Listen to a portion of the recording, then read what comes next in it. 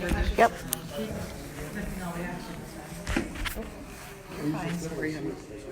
Yeah.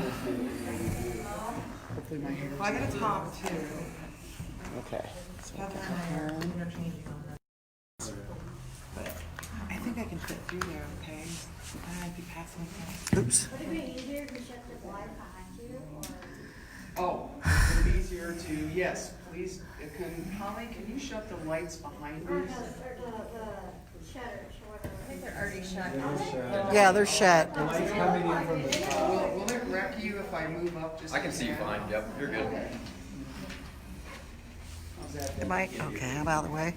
And then your mic's on, okay? Yep, yep.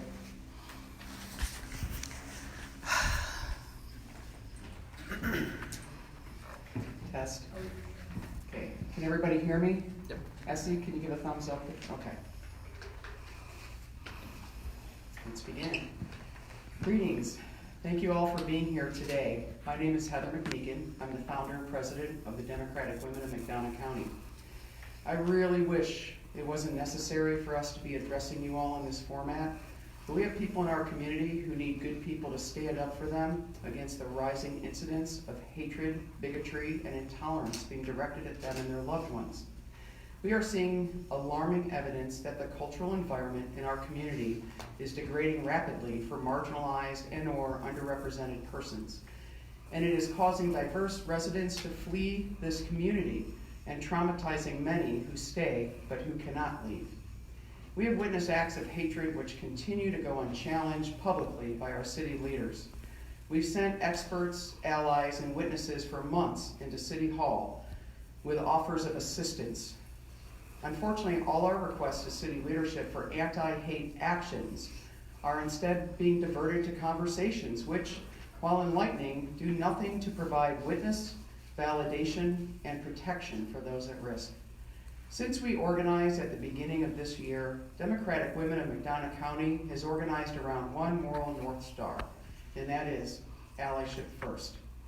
We understand that it's uncomfortable for many of us white people to talk about intersectional issues of race, ethnicity, class, and gender identity, gender expression, and sexual orientation.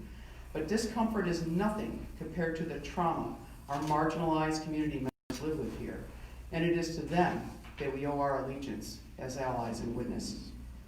We have watched with concern and dismay as all attempts at encouraging our community's leaders to commit to anti-racist actions, to call out hate and push back against it, are instead rejected in favor of private, safe conversations for primarily white, privileged community members who aren't suffering the pain nor bearing the burden of these problems in our community. We are here to share our experiences of living in this community at a time of unprecedented cultural, socioeconomic, educational, religious, and political challenges. Our group is diverse with not just our white members, but also Black, Hispanic, Latin, International, Native American, and LGBTQIA community members, university employees, and college students. When our members have shared experiences they've been subjected to while living here in our community over the past year, we have tried to respond as allies first, providing witness, referrals to appropriate agencies, support, services, events, and opportunities for connection with others for help in reducing feelings of fear, isolation, marginalization, and invisibility. We understand that the experiences we discuss are not everyone's experience of our community, but we do hope that all people of goodwill can and will understand that not everyone's experience of Macomb is the same. And we hope all will listen, then begin speaking with each other about these challenges before it gets worse. Hopefully, you all received a copy of our white paper last night, digitally. If not, leave your contact info with us and one will be sent to you at the end of this presentation. We are not here to destroy our community, unlike what many are accusing us of.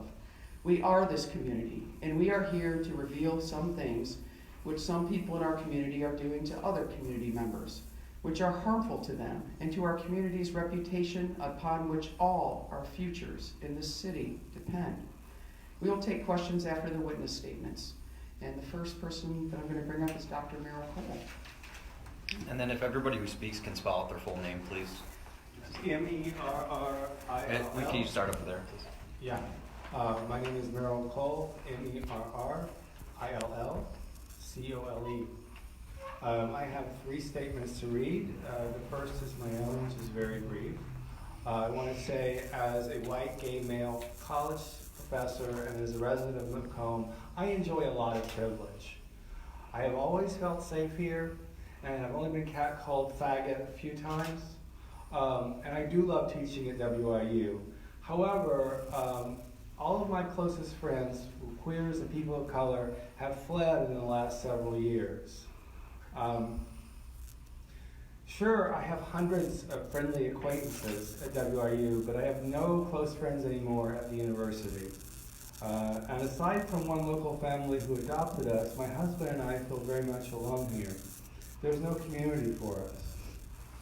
And next, I would like to read a narrative from a black woman who is a millennial college student. The account below was provided for us by one of our local millennial community members who attends college in town following the posting of the mayor's partnership with a pastor of a church with anti-LGBTQIA language on its website. And I quote, "When I heard that WIU was publicly praising a pastor from a church with homophobic language right on its website, I felt disappointed and hurt. It is completely hypocritical for a man leading such a church to be the leader of #4Macomb when one of Macomb's biggest issues as a community is how our minority citizens are treated. Please also realize that this would pain LGBTQ individuals who have specifically been traumatized and rejected by homophobic churches because that is a far too common occurrence among us. This is clearly a movement which lacks any intersectionality. How I see it is, let's change Macomb to keep our white cishet citizens happy and attract more of them. And clearly the tactic has been working now that we've recently been able to statistically view the retention rate of students of color here. But what does this have to do with students of color? I'll tell you. I am a black queer woman. I am also the daughter of a Muslim man. What difference would it have made if the Reverend were openly anti-black, sexist, or anti-Muslim? None. And putting this man on a pedestal shows not only queer folks that they don't matter here, but other marginalized groups as well. It's disrespectful and a bad look, considering WIU is trying to include more of our mostly liberal generation, queers and allies included.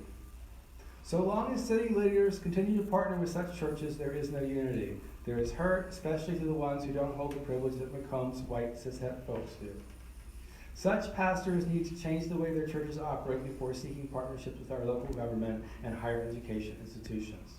Until then, we will be adamantly condemning bigotry and the spreading of it. And finally, I would like to read a narrative from the parent of a gay child.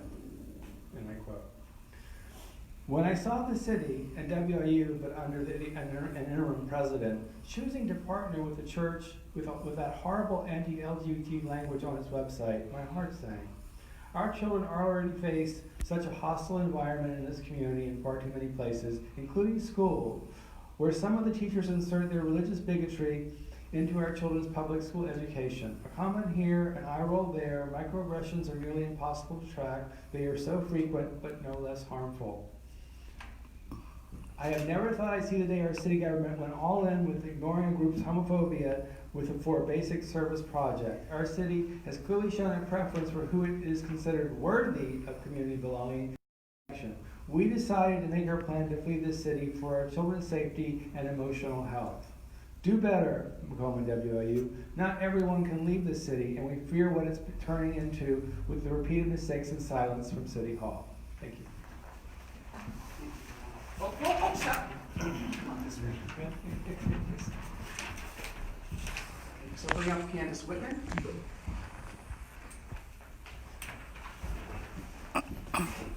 Thanks, Merrill. He's got to go teach, so. Hi, my name is Candace Whitman. It's CandaceWhitman.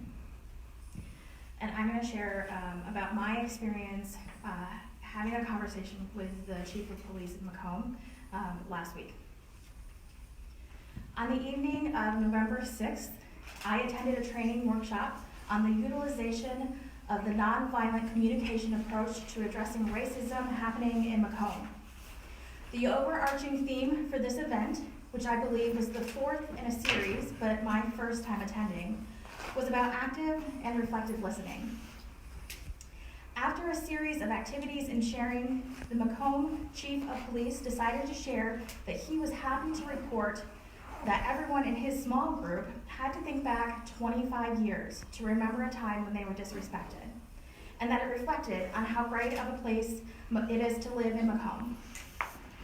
Of course, this event was happening because it is not a great place to live in Macomb for many people, particularly people of color, religious minorities, members of the LGBTQ+ community, or anyone outside the majority demographic. After the event was completed, I decided that I would share with the Chief of Police how I felt in reaction to his comments. I walked up to him and politely asked him if I could speak with him. I indicated that I would like to share with him how I felt in reaction to his comments. He agreed to listen. So I shared that what he shared in the group felt like he was dismissing the very real and very frightening experiences of the many people in this room. I indicated that to me, he was suggesting that he feels safe and welcome here, but that he was ignoring the fact that so many other people this evening shared exactly why they didn't feel safe. The chief immediately attempted to dismiss my feelings by suggesting that he was only speaking on behalf of his small group and that he believes people just need to learn how to move on with their lives.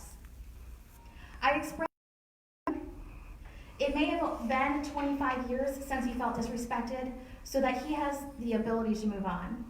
But that for many of the people in the room, including myself, we don't get to just move on because we face disrespect, discrimination, and hatred thrown at us every single day. The Chief of Police then decided to take another angle, sharing about how he understands what it is like to be treated differently and experience discrimination. I, of course, was curious about how this could be, considering that he is a white, straight male in a position of power. So I asked him to share with me his experiences. He shared that he had to ask a family member to stop introducing him as a police officer because people treat him differently once they know he is the police. I nodded my head and did my best to reflect back how he feels uncomfortable when people treat him differently once they find out he is a cop. I asked him to reflect on how it must feel for a person of color who is not able to just reveal their race because they cannot take off their color of skin in the same way that he gets to take off his badge, gun, and title. Once again, the Chief of Police pivoted the conversation and suggested that people who are treated poorly should just stop hanging out with those who are treating them poorly. I suggested that his reaction was coming from a place of privilege, because he doesn't understand how one cannot just not hang out with certain people to avoid being discriminated against, disrespected, or attacked. I explained that for people who are minorities in this community, there is no avoiding those who don't like us. Most of the people in this community are white, and many hold racist beliefs about people of color. For the queer community, there are people everywhere who believe that being gay and transgender is sinful and tell them they are going to hell.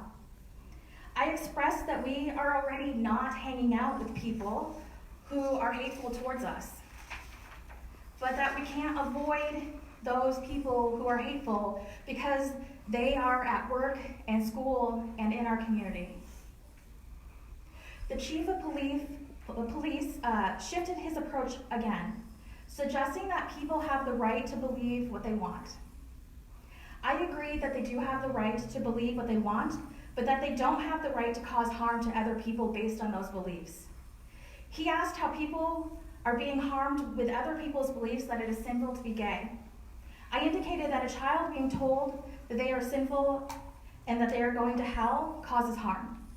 I expressed that children don't just get over that, and asked if he knew the rate at which the LGBTQ community commits suicide.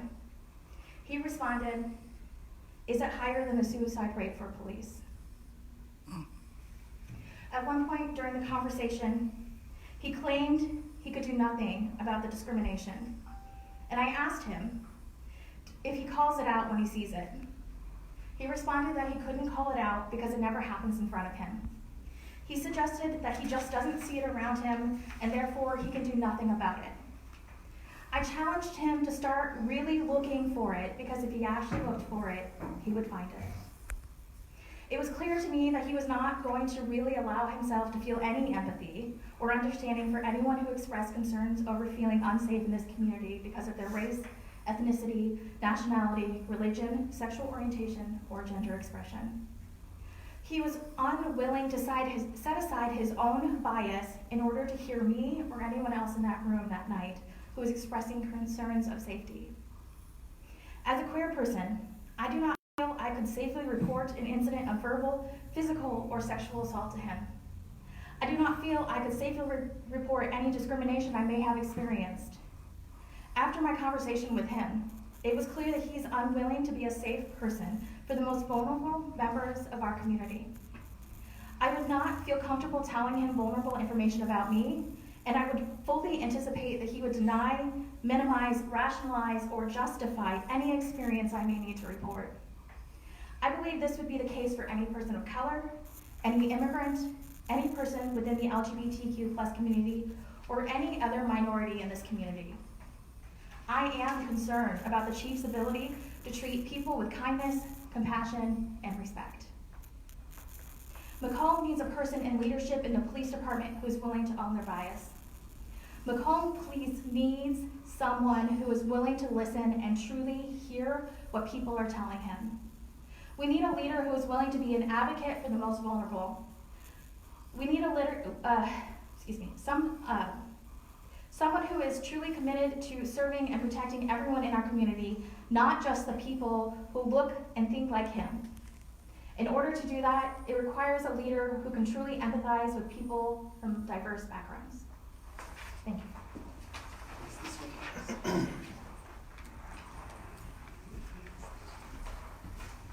At this point, we're going to transition into allyship storytelling of some of the experiences and feelings of members of our Black community members.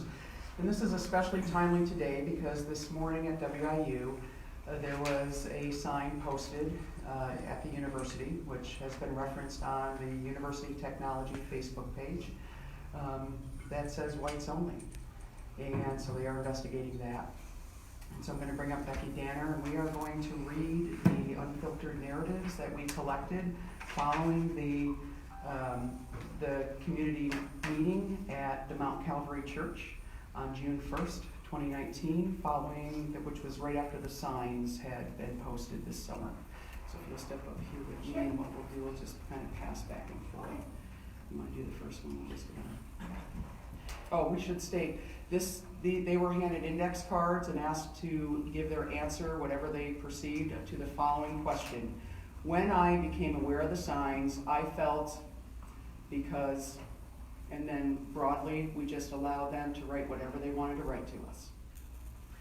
So the first person, I felt undermined, victimized, bullied, and shocked that blatant malice has taken a prominent place in a community and a familiar space I no longer know accepts and loves me as much as I have loved it for 20+ years.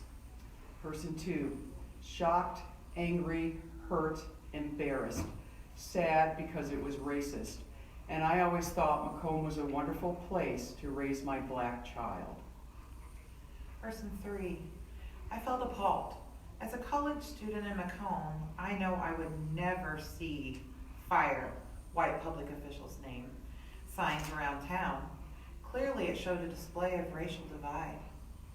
Sad and shocking.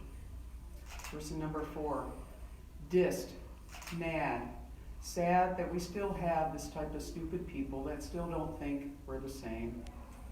Person 5, embarrassed for Macomb.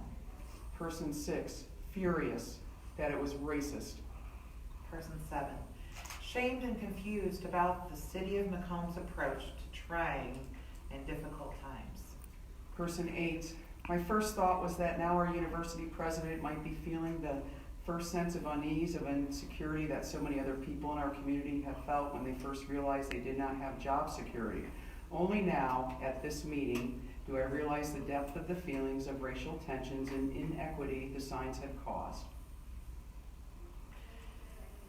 Person 9, I was not surprised. As a student, a young man, and a Latino, I wholeheartedly oppose any and all discrimination. I hope to hold more of my generation. I hold hope that more of my generation, will wake up and realize that all is not well in the land of the free and the home of the brave. Person 10, dismay, the wrong approach with destructive consequences. Why didn't those business owners publicly ask Hammond and Tracy to increase funding for WIU, not take 2 years of avoiding a supported state budget? 11. I was angry that the sign was put on such a visible sign, but what was even worse was the wording. Why was the P called by his first name the way people refer to popular celebrities? The P should have been addressed as P blank. By his title, not by his name, first name only. In fact, a sign saying fire the is possibly too mean. BOT, support WIU is okay, but Dr. Rutledge's distinction between intent and outcome is what we need to remember. These signs were wrong no matter what those people meant. The signs were racist and didn't express concern for WIU's future. The sign made me feel embarrassed and angry. Person 12, because some spoke without showing their faces, angered, enraged. 13, embarrassed, unseen, ignored, and unimportant. Person 14, my heart sank because it was hurtful to the whole community, whether that was intended or not. It was rude and unhelpful. We need to listen and learn our history. Person 15, felt shocked, sad, mad, scared, angry, and disbelief. Person 16, hurt, mad, because is Macomb coming to this racist bold? 17, hurt, angry, shocked, because he is not the only cause of WIU's downfall, and it's racist. Person 18, very unnecessary and very racist. 19, angry and disappointed. Person 20, I felt wronged. I felt not safe for me and my family. Person 21, as a longtime community member of Macomb, I am saddened and sickened by the latest behavior of some of our business owners and community leaders. This behavior is unacceptable and it must stop. If we are to be a strong community, we must work together and treat each other with mutual respect. Person 22, I became aware of racial division when I moved to Macomb. My child was graduating from WIU, volunteering at a local business for 8 months, applying for different positions in the business, and never even had an interview. They never called her or told her that the position was ever filled. She had to inquire about the job, then they told her it had been filled. Person 23, my problem will be for law enforcement. Some response Was admitted here to protect their anonymity. yes. I still get harassed by law enforcement just by walking outside, and the fact that these new officers know about me and my family when we have learned from our mistakes and moved on, but we have to hide in our houses because the police want to harass us. Enough is enough. Person 24, I felt the closeness I once felt in this community leave. After hearing about the sign, I felt a sense of embarrassment to be a part of a community that would put up such a thoughtless comment. Person 25, I couldn't believe what I was seeing. I felt this was done because of the color of his skin. He wasn't shown any kind of respect. It never happened before. This was cowardly. Person 26, scared, sad, and afraid of what would come next because I work at WIU and know of the racism. 27, hurt, disrespected, appalled because I felt racism at its finest. Person 28, when I first saw the sign, I felt nauseous because I knew the unwritten code in that message, how hurtful and evil it would be to so many, and how this makes the story of WIU even harder than before. And that one was submitted and signed by a white ally. Person number 29, furious. The first thing I saw driving into town, racist. Thank you, Becky.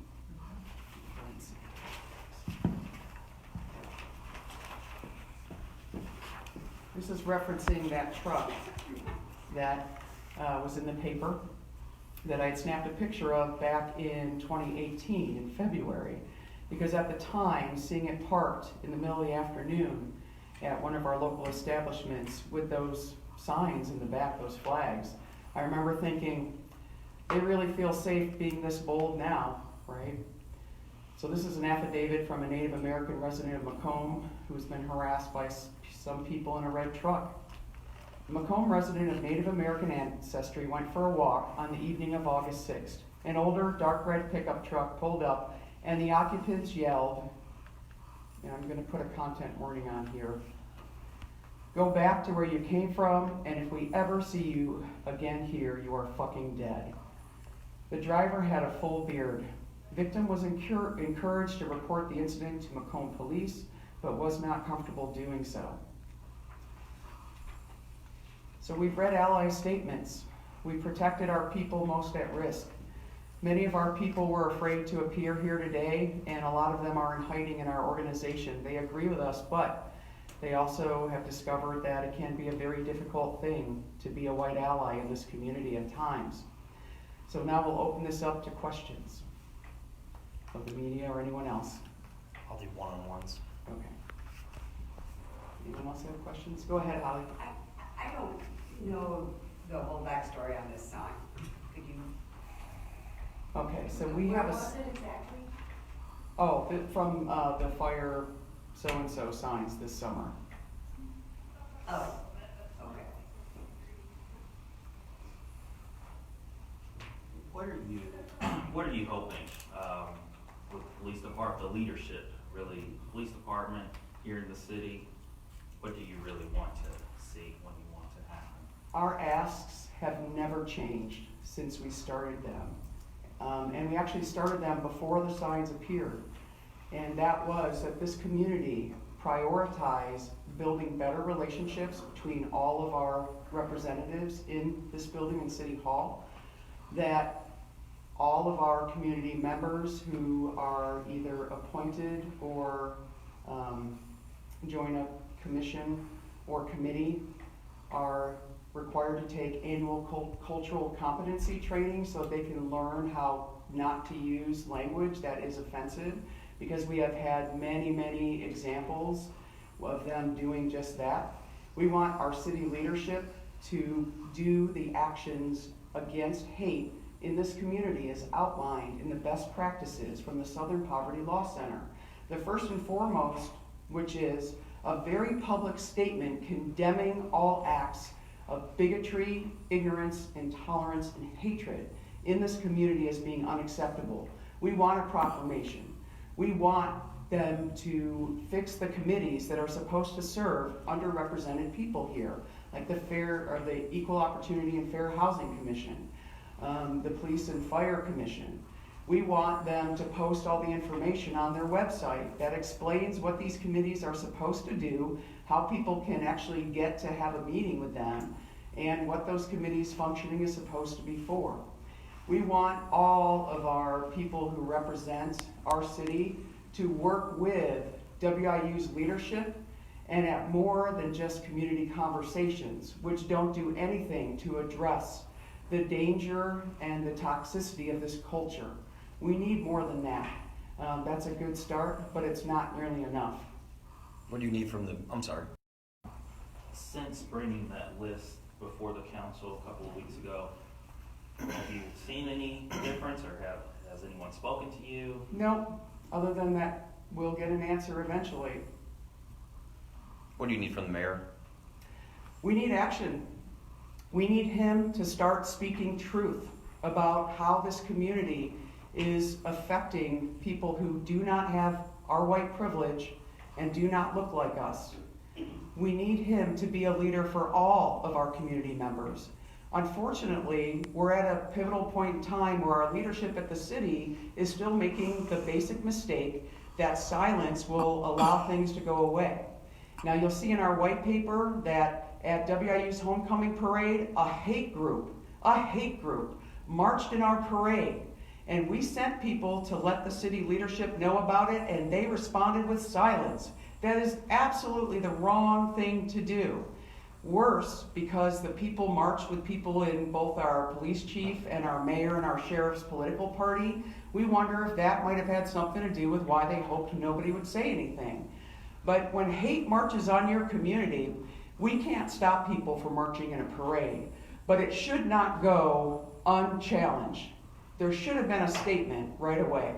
We also need our community leaders to actually be paying attention to how our cultural environment here in the city is actually creating a pretty terrible issue with the enrollments and the way that our students feel about their time in this community.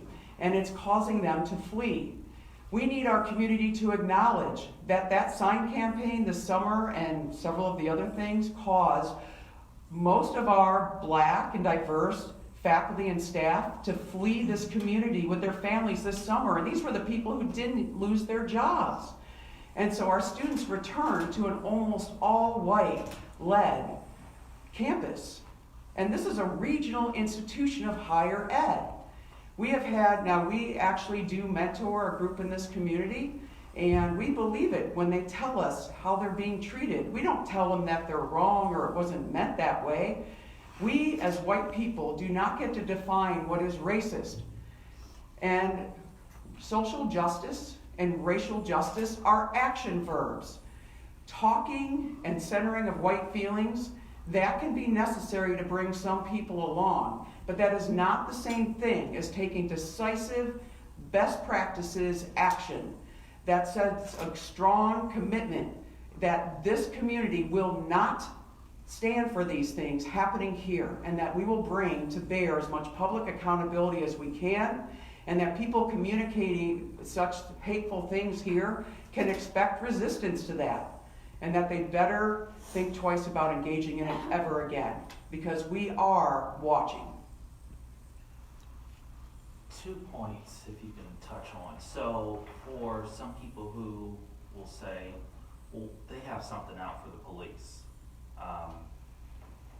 What do you say as far as their job, their role here in this community? That's one point. And then the other point, for the signs that went up, and those people are saying, well, we just wanted to see change. We just wanted to see a new administration, a new direction. And then they look at you all and they say, well, what did you think about WIU? What did you think the direction was? Or how should we have went about things? What would you say? Okay, I'm sorry, the first question, can you remind me again? Police department. Okay, as far as the police department goes, their feelings on this are immaterial. They are paid public servants who are supposed to protect everybody equally, whether or not those people have negative feelings about them whatsoever.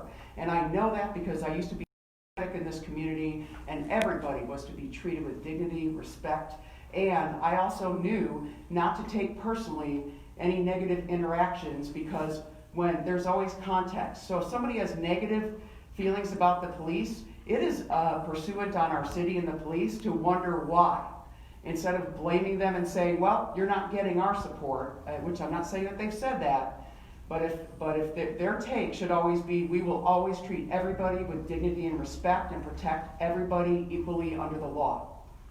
That's that point. As far as the city and people saying that we don't get it, we want to just kind of center why white people would accidentally participate in a campaign that was so hurtful. I challenge any one of those who posted a sign to come up to me and tell me that I don't get it. Because I stood for months in rain, sleet, and hail, begging our Rep. Noreen Hammond and Jill Tracy for years to get WIU a better appropriation. They never did it once, and none of those people showed up. So if they were so concerned, where were they? And then I helped lead a protest when trying to save jobs at WIU. I burned my vacation time to hold meetings in this community. They weren't there.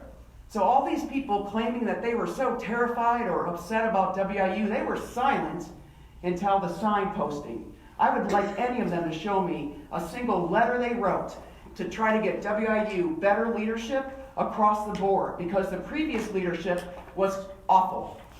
And they all needed to go, and some of them are still there. And none of the signs were put up about them, so it wasn't until this summer that they saw a chance to post something. Well, they will have to live with how they hurt people. Do I want to give them, fine, I'll give them credit for not knowing it was racist, to which I would say, why is your social circle so white and so culturally incompetent that you had no idea and nobody to ask who would be honest with you about how those signs might feel to our marginalized community members here?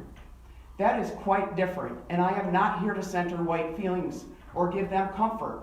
They did something that was hurtful, that damaged WIU, hopefully not irreparably, that are scaring people and caused us to lose a lot more good members of our community who fled. That's what the conversation should be, right? Dr. Thomas was part of a group that was given a confidence vote, and that was handled the right way through the union. And that was already handled long before the signs got put up. What WIU could have had this summer, we're on the way to a better recovery. Those signs ruined it for all of us, and we should all be angry at that. Because when they decided to put those signs up, they said, we don't care about anyone else in this community, we're going to get our parting shot. Unfortunately, losing all those people, it wasn't just the signs, but we had at the homecoming parade between 200 and 300 black families boycotted the parade. And it hurt all the merchants here. And yet, City Hall said nothing. If they were so concerned about this, why didn't they say anything? The meeting after the layoff announcement went out at WIU. I'm sorry, I realize I'm getting mad. Let me just take a breath. I'm getting mad all over again. The city council meeting, the Monday after those horrible layoffs went out at WIU, and that was the third announcement. Our leaders of the city were so concerned about WIU that they only met for approximately 20 minutes and didn't say a single word. If you look at the transcript of that meeting, not a single word of concern for WIU, not a word of concern for any of the community members. They wanted to see a bunch of liberal and black and other underrepresented professors go. Not necessarily City Hall, but let me back up. There are people in this community that really think an all-white conservative community in WIU is somehow going to be good for us. And we want to call that out. That's wrong. And I've been canvassing the city as a precinct committee person all summer long. And I'm hearing, even from our retired faculty and staff, and I'm putting a content warning on this for the racism because it is a racist comment. We have too many of those Chicago kids or too many of those black kids. That is blatantly racist. That's what racism sounds like here. Stop it. All right? Begin actually looking things up. And every time that we try to get our white leaders around here to enter into a real space where we can talk about what actions are necessary, instead, people offer up the free wisdom and energy of black people to come in and teach white people how to be less racist. This is on us as white people. White supremacy is created by white people. We all have benefited from it. And our white privilege allows us to ignore the level of racism in this community that is still traumatizing and harmful to our black community members and our students, certainly, and our members as well, and our family members. So, this is an attempt not to destroy WIU. It's an attempt to shift some of the emotional burden that is so far being only on those experiencing it onto the rest of the community so that they can be better informed through public sentiment. And then I do believe, and there's an idealist in me that just refuses to die, I do believe that if we make our community aware of the broader context and how many of these things are happening, good people will step up and respond and demand that our city leadership do better. And they know how to do better. And we've given them resources and outlines about what to do. We need them to respond now. Go ahead. Are you to the point of calling on anyone to step down? This is a tough one. I will tell you personally, that would be so easy, wouldn't it? Except that our problem is our community culture here. Having one person step down is not a solution, all right? At this point, we need all of them to go through implicit bias training. We want all our community leaders to take anti-racism training. We want all of them to be tested annually for cultural competency and have to do a training. Just getting rid of one person is no guarantee that it's going to increase the safety or even the feelings of support and belonging in this community. And that's why we have got to deal with this as a broader community. Have you had any discussions with Chief Barker since the red truck and? Yes, he responded to me with a simple comment, well, the next time you think of taking a picture, maybe you could get a license plate too. Very dismissive and arrogant. And then when I tried to continue the conversation, he looked away and kind of rolled his eyes at me, and I realized he's not interested in having any kind of conversation with me about those dangers, which is why we're here. If I felt like asking nicely would get us anywhere anymore, we would still be trying that, but we have people at risk now. And I'm sorry to sound so mad about that. I'm still working on my feelings about that one, because telling a community member to put herself at risk, remember, that truck had a flag with a picture of a machine gun on it. And our police chief told me I should have gotten a picture, put myself in harm's way to get the license plate. Is that, as a citizen, is that what I can expect?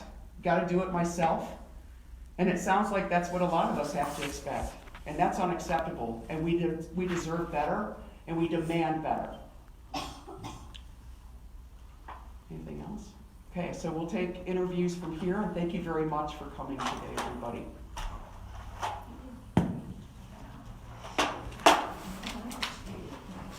So I think that covers it for me. I'm on deadline. I gotta talk to the chief, I gotta talk to the mayor, so I gotta get everybody's side, but, thank you, everybody. I appreciate it. Thank you. Thank you for making it. Oh, you need your microphone? Yeah, I'll get it. Okay. Thank you, though. I appreciate it. Evan, you get everything you need? How do I stop Yeah, it? I'm just getting some basic B-roll now. How do I stop it? Information.